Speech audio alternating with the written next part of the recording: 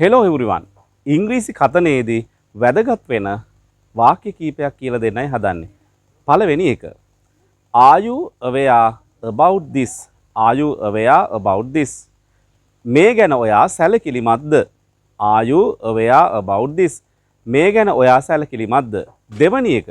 Why do you think so? Why do you think so? ඇයි ඔයා එහෙම හිතන්නේ? Why do you think so? ඇයි ඔයා එහෙම හිතන්නේ? Why do you think so? තුන්වෙනි එක. It's a daydream. It's a daydream. ඒක දවල් හීනයක්. ඒක දවල් හීනයක්. It's a daydream. ඒක දවල් හීනයක්. It's common for all. It's common for all. ඒක හැමෝටම පොදුයි. ඒක හැමෝටම පොදුයි. It's common for all. ඒක හැමෝටම පොදුයි. Please understand my situation. Please understand my situations.